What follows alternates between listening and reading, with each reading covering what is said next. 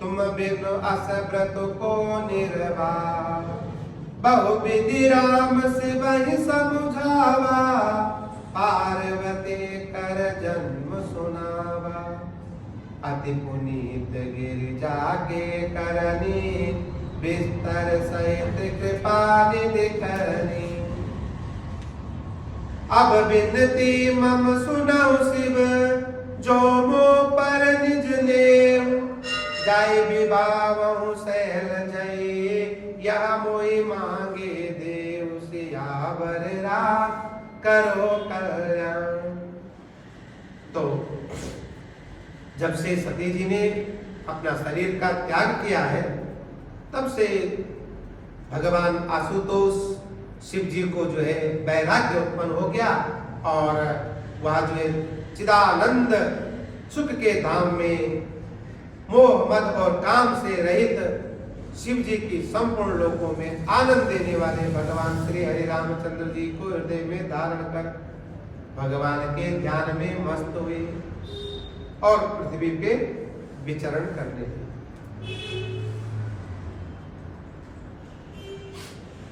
चिदानंद, यहाँ पे चिदानंद भागवत में भी सच्चिदानंद एक शब्द आया। भागवत महापुराण में प्रथम श्लोक ही है, और भागवत महात्म्य का श्लोक है। सच्चिदानंद रूपाय विश्वोत्पत्ति हेतवे, तापत्रय विनाशाय श्री कृष्णाय वयं नुमः। ऐसा एक श्लोक श्रीमद् भागवत में भागवती जी में आता है।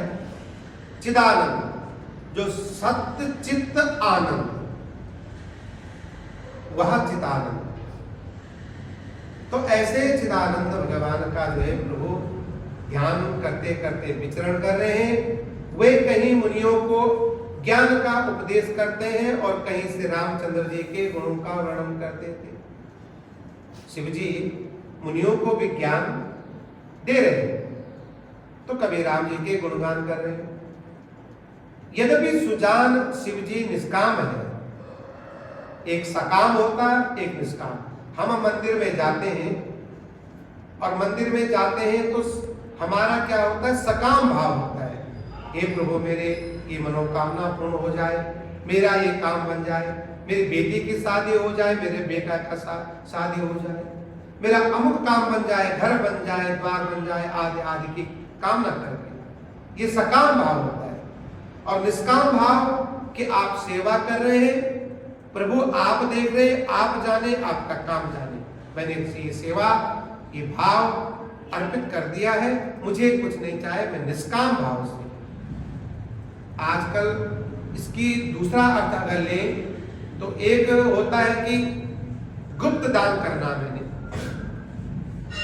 गुप्त दान कर दिया है, वहां पे रकम नहीं लिखी कि मैंने इतना, पर नाम जरूर लिख दिया, अमुक नाम गुप्त दान। भाई जब नाम ही लिखा दिया तो गुप्त कैसे रह गया। तो इसी प्रकार ऐसा जो किसी को पता ही न लगे, तो ऐसे निष्काम है प्रभु भोले शंकर भगवान।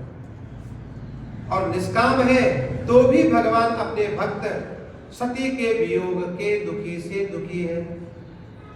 सती जब से जो है यज्ञ में, अपने पिता के यज्ञशाला यज्ञ में भस्म हो गई, अग्नि में समाहित हो गई, तब से इस प्रकार बहुत समय बीत गया। श्री रामचंद्र जी के चरणों में जो है नित्य नई प्रीति जो है भगवान की बढ़ती जा रही है। शिव जी कठोर नियम थे, अनन्य प्रेम, और उनके हृदय में भक्त की अटल टेक हो।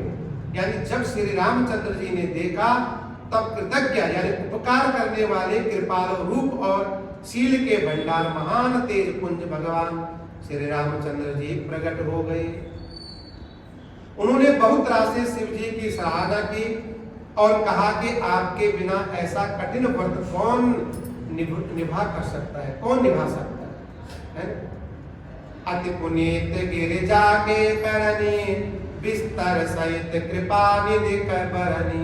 आजकल टीवी और सोशल मीडिया में बहुत प्रकार के प्रलाप आदि इत्यादि हो रहे हैं।